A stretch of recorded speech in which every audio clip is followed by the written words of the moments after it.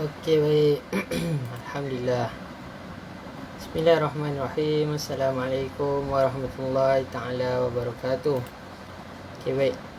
Jadi pada malam ini malam yang keempat saya kira untuk kita sama-sama sesi live pada malam ini.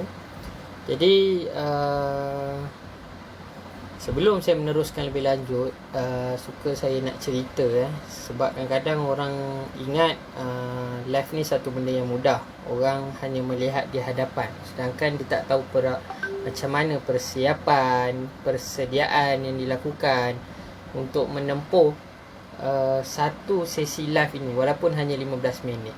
Jadi dia punya rasa dia tu gabra, dia rasa macam pukul 4 tu dia dah rasa alamak kejap malam kan nak live. Dia macam tu tau. Ini yang saya kira ramai ramai orang hadapi benda ni, iaitu gabra lah dalam untuk live. Jadi kalau live ni kita cakap depan telefon, lebih konsep dia sama dengan kita live ataupun cakap live di hadapan manusia lah, depan orang lain. Okey Imran, Alhamdulillah hari kedua Okey, baik. Jadi itu sedikit lah. Okey, baik. Jadi untuk hari ini apa yang saya nak kongsikan adalah tentang bagaimana ataupun berapa banyak aktiviti yang kita boleh lakukan sepanjang kita di rumah ni. Kan kadang-kadang kita ingat alamak nak buat apa kat rumah ni. Jadi malam ni kita cuba bincangkan kan, kadang-kadang mungkin ada perkara yang saya cadangkan ataupun aktiviti yang saya sebutkan ni mungkin tak sesuai di tempat anda. Jadi mungkin anda sendiri yang ada nak share dan sebagainya boleh teruskan share, tak ada masalah. Cuma ini orang kata cadangan di peringkat saya lah. Okey, baik. Jadi pada malam ini insya-Allah dengan tajuk kita aktiviti dan program yang boleh dibuat di rumah. Banyaklah kan. Benda ni saya dapat sharing juga daripada kawan saya. Dia share dalam grup WhatsApp. Dia listkan lebih kurang 10. Tapi insya-Allah saya cuba sharekan mana yang sempat lah, insya-Allah. Okey, baik. Jadi kita straight to the point supaya tak nak ada drag masa panjang sangat. Sebab semalam kita dah tengok walaupun 7 point, so dia memang makan masa lah.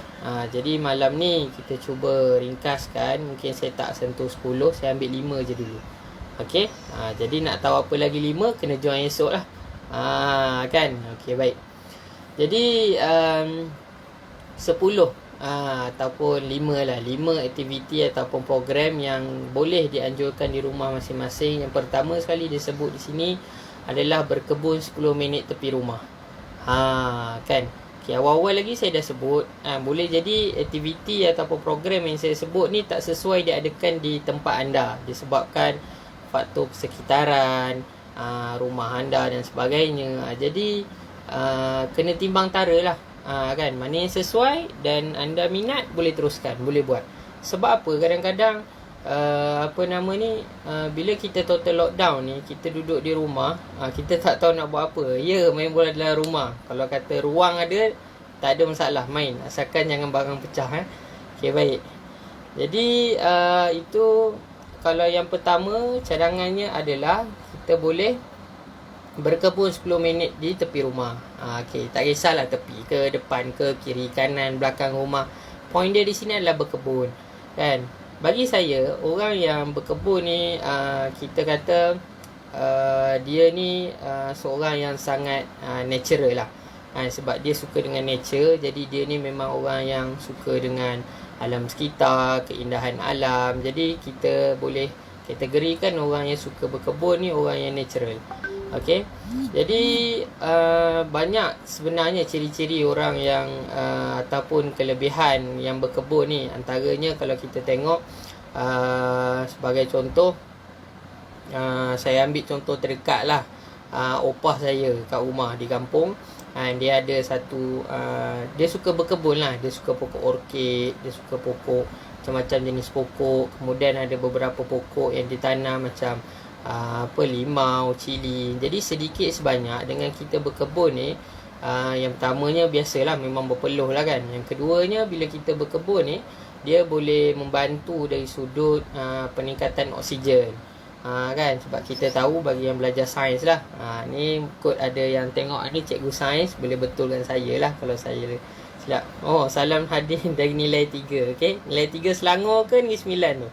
Negeri Sembilan lagi ya. Alhamdulillah. Okey, baik. Jadi bila mana adanya orang kata tanaman, pokok-pokok di sekeliling rumah, jadi sedikit sebanyak benda tu dia boleh mempengaruhi kita punya suasana di rumah kita lah. Kan, ada selalu yang paling common orang sebut, rumah dia selalu sejuk. Tapi dari sudut lain pula, kadang-kadang yang saya perasan lah, kalau rumah banyak orang kata pokok ni, dia nyamuk. Kan, wallahualam, atas masing-masing. Okay, baik. Jadi ini benda yang ringkas lah orang kata berkebun kan. Mungkin kita mulakan dengan orang kata satu pot kecil, ataupun kita boleh kalau yang ada kemahiran dia memang kenal tanah macam mana nak buat dan sebagainya, tanam pokok bayam Brazil. Ya, betul. Betul cikgu. So benda tu, hasil tu kita boleh makan balik kan. Nampak. Jadi memang orang kata berkebun ni benda yang paling senang lah. Saya pun ada kawan saya, kalau anda nak tengok boleh cari Facebook Syukri Ali Marsidi. Dia pun ada rajin, saya tengok dia berkebun lah tepi rumah dia tu. Kan. Selain tu juga, untuk makluman semua lah, saya ada adik ipar yang dia ni senang kata, memang orang kata tangan dia tu jadilah. Dia buat apa kalau dalam berkebun, dia buat pokok. Kalau dekat rumah tu, kat kampung, memang jadilah. Naik dia buat ni, naik dia buat ni. Macam hari tu kebetulan saya ada dekat Melaka sekejap. Dia buat macam dia punya batas dia kan, dia susun. Saya tengok dia buat teliti betul. Kan, kadang 2 jam, 3 jam. Kalau saya, ya Allah, sakitlah pinggang dah ini dan sebagainya. Tapi dia boleh buat. Sebab apa? Dia minat. Kan, dia minat. Jadi orang kata kalau minat ni, buatlah apa je, insya-Allah jadi. Kalau orang minat berniaga, bagilah apa-apa produk pun dia boleh jadi punya. Kan. Okay, itu yang pertama, berkebun. Panjang pula dalam bab berkebun ni. Sebab kadang-kadang memang ada orang kata, aku ni macam-macam aku cuba dah, beli tu ini mesti tak jadi dan sebagainya kan. Jadi atas masing-masing lah. Saya pun tak berapa minat, tapi memang dari kecil tu kadang opah tak sempat, opah kata bal pergi boleh pergi siram pokok. Kita bantu siram lah. Kan, nak buat lebih-lebih tu tak berani, kan takut mati pokok tu. Kemudian satu cerita lagi tentang berkebun ni, dengan bila orang yang natural ni kan, dia dengan pokok. Kadang-kadang pokok ni dia boleh tahu tuan dia tu ada tak ada. Sebagai contoh, pernah dulu sebelum PKP lah, lama dulu dah, bila mana opah saya datang ke rumah makcik-makcik area KL ni, dalam seminggu ke ataupun seminggu 2 minggu ke, kemudian mak saya ke ataupun yang ada kat kampung, dia akan maklum kata, alah pokok layu. Bukannya tak siram, tapi memang pokok tu semua macam melayu dan sebagainya. Barangkali dia rindu pada tuan dia. Nampak? Sedangkan pokok pun boleh rindu tuan, so bayang kalau manusia. Wah, okey baik. Itu yang pertama. Yang kedua adalah pelbagaikan menu masakan. Kan? Jadi menu masakan ni kita tak boleh lari lah, sebab hari-hari kita makan. Betul tak? Jadi paling kurang dengan kita pelbagaikan menu masakan tu, dia boleh menarik minat. Tak adalah duduk total lockdown 2 minggu setiap hari makan sama je kan, contoh lah kan. Tapi ada orang yang dia okey je. Kan, jangan ingat kata setiap hari mesti lain. Ni pagi lain, petang lain, ni lain. Kadang-kadang pening juga orang yang nak masak ni kan. Bila tanya nak makan apa, kita tak jawab. Kan. Jadi paling kurang itulah, kita boleh pelbagaikan menu masakan. Ini bila adanya aktiviti dengan masak-masak ni, dia memang satu orang kata keseronokan lah yang kita boleh dapatkan. Okay, baik. Itu yang kedua. Yang ketiga adalah set up study space untuk anak-anak, ataupun ruangan belajar untuk anak-anak. Sebab apa? Kadang-kadang yelah, ini mungkin ada anak yang dah sekolah dan sebagainya. Jadi benda ni sangat penting lah untuk kita set up betul-betul. Macam tak silap saya 2 ke 3 hari lepas, kita ada buat video call family kan, biasa kan. Jadi bila video call family ni ada kan, kadang makcik dia tunjukkan macam mana, okey, ini bilik anak dia ada ubah suai sikit, Yang ni suasana bilik anak sulung, anak kedua dan ketiga dan sebagainya. Jadi itu dia dah buat dah sebenarnya, set up study space untuk anak-anak. Bukan apa kan, kadang-kadang bila kita dah orang kata persiapan dan kesediaan untuk anak ni untuk belajar, kita dah orang kata suasana nak belajar tu ada, seronok, senang. Jadi paling kurang dia membantu indirectly kepada pertumbuhan ataupun pembelajaran anak tu sendiri. Kan, ini kadang bila anak nak belajar, buku entah ke mana, pensel ke mana, pen ke mana, jadi benda tu susah. Tu bagi anak yang sekolah lah, sekolah rendah. Kan, kalau yang sekolah menengah tu kita tak payah nak jaga sangat. Okay, untuk yang kata anak-anak yang kecil, mungkin 6 tahun ke bawah, 5 tahun, 4 tahun, yang baru nak kenal pen, baru nak kenal buku. Jadi paling kurang kita ada satu ruangan lah. Mungkin di ruang tamu ke kan. Kita tahu bila waktu sekian-sekian, kita tarik dia punya bakul, bawa sekali dengan buku dia, pen dia, semua dia akan main kat situ. Nampak? Jadi inilah waktu kita total lockdown ni, yang banyak masa kita kat rumah, banyak masa kita dengan anak-anak, family. Jadi waktu ni kita ambil peluang untuk bonding. Kita punya hubungan kita antara suami isteri, anak-anak dan sebagainya. Kan? Jadi bila ada peluang yang kata terluang macam ni, kalau kita tak gunakan sebaik mungkin, maka rugilah. Kan?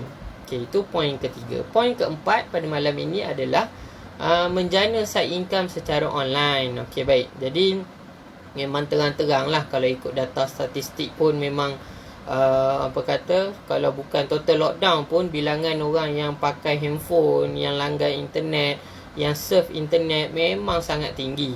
Kan, lagi pula anak-anak muda kan, dia kata ada je handphone, tahulah kan. Kadang-kadang budak yang 2 tahun pun kalau kita bagi phone ni, kadang-kadang dia tengok je, mula dia duduk sebelah kita duduk buka internet, tekan ini, tekan itu, mula dia tengok kan, tanpa kita sedari kan. Ada masa bila dia ambil phone tu, kadang dia boleh tekan, dia boleh tukar. Sebagai contoh, anak saya yang sulung, dia baru setahun lebih, setahun 10 bulan lebih kurang.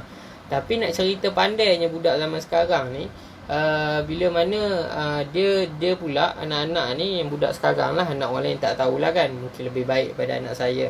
Jadi dia ni bila mak dia pegang phone tu, dia macam susah lah kalau tak ambil. Kan, dia susah kalau tak ambil. Maknanya kalau mak dia pegang phone, mesti nak pegang lah, nak ambil dan sebagainya.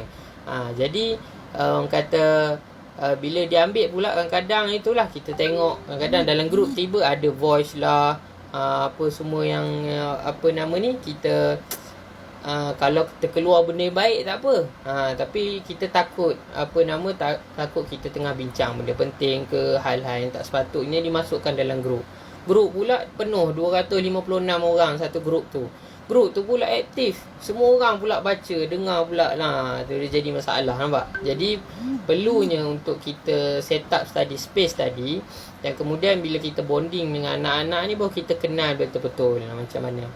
Okey, kebetulan semalam saya ada tengok satu video Ustaz Don, dia ada cerita kan bagaimana kisah dia ni tentang doa macam mana untuk elak musibah. Doa dia agak panjang, saya tak hafal. Cumanya saya ada share dekat FB saya lah, boleh tengok. Apa yang dia cerita kan tentang bila anak-anak ni pandai lah point dia. Jadi waktu tu dia live dekat Oasis ataupun TV lah kan, dia live pada malam tu. Tiba-tiba dalam masa 3 minit Insta dia juga terbuka, dan dia kata Alhamdulillah, Allah lindung, gelap je Insta dia tu. Bila gelap je, tapi dengarlah bunyi budak-budak apa semua kan. Apa yang dia risaukan adalah kan, kadang-kadang kot lah waktu tu anak dia buka ternampak aurat ibunya dan sebagainya. Jadi benda tu yang menjadi kerisauan. Jadi kita ambil lah peluang untuk kita bonding sebaiknya dengan anak-anak kita kenal perangai dia orang macam mana, kita ajar dia supaya faham kita punya arahan kan. Sedangkan Nabi pun dah ajar, kalau kata 7 tahun macam mana nak layan, 7 hingga 15 tahun macam mana nak layan, 15 tahun ke atas macam mana nak layan, bila dia dah kahwin macam mana pula cara dia dan sebagainya. Kan, jadi benda tu sebenarnya semua dah ada dah dalam Islam ni. Jadi kita nak orang kata belajar, cari, dan kemudian kita amalkan je. Kan, jadi poin yang terakhir pada malam inilah saya kira menjana side income secara online. Jadi benda ni, isu ni sangat besar, menjana side income ni. Tapi nak cerita kat sini, benda ni memang tak mustahil kita boleh buat. Dan nak cerita, kadang-kadang ramai influencer ataupun influencer lah, senang kata, orang-orang yang popular, mereka ni naiknya waktu bila? Waktu PKP, total lockdown macam ni lah. Kan? Ya kan? Jadi untuk menjana side income ni bukanlah satu orang kata benda yang susah. Tapi bila kita dah masuk dalam satu dunia bisnes ni, memang ia bukan sesuatu yang mudah. Gitu. Nak memulakan side income dan sebagainya bukan sesuatu yang susah. Tapi bila kita dah terjun ke dalam dunia bisnes ni, kita nak sustain dan sebagainya, perlu banyak belajar. Ia bukanlah suatu benda yang mudah. Okay. Jadi sekejap je rasa kan, dia tuntang-tuntang, dah 9 suku dah. Okay, baik. Jadi saya buka sikit lah, seminit 2. Kalau ada yang tonton sesi live saya ni, mungkin ada nak komen dan sebagainya, boleh terus tuliskan di ruangan komen, dan saya boleh jawab terus lah, insyaAllah. Kalau kata tak ada ni. Jadi pada malam ini saya dapat kongsikan 4 sahaja rupanya. Kalau semalam sempat pula 7. Jadi malam ni 4 sahaja perkara, aktiviti ataupun program yang boleh dianjurkan di rumah masing-masing. Kan, banyak sebenarnya, banyak sangat benda, tapi saya nak share beberapa lah. Sebab apa, kadang-kadang paling kurang lah, harapan saya, apa yang saya share, apa yang saya kongsikan ni, dia boleh memberikan buah idea ataupun buah fikiran kepada orang lain yang mungkin tak tahu nak buat apa.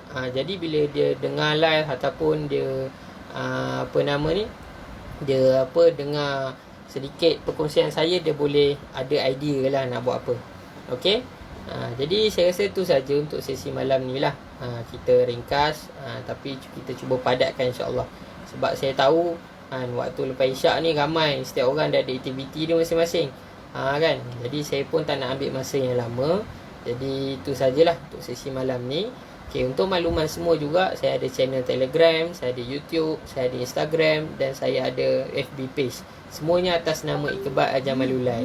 Jadi bagi siapa yang berminat, boleh pergi ke media sosial yang saya sebutkan tadi, dan boleh sumbangkan like, follow dan sebagainya. Twitter sekali, lupa. Okay. Jadi itu saja untuk sesi kita pada malam ini. Wallahu ta'ala alam. Yang baik itu datang kepada Allah, yang lemah dari diri saya sendiri. Kita sudahi dengan Assalamualaikum warahmatullahi ta'ala wabarakatuh. Okay, jumpa esok insyaAllah. Okay, Assalamualaikum.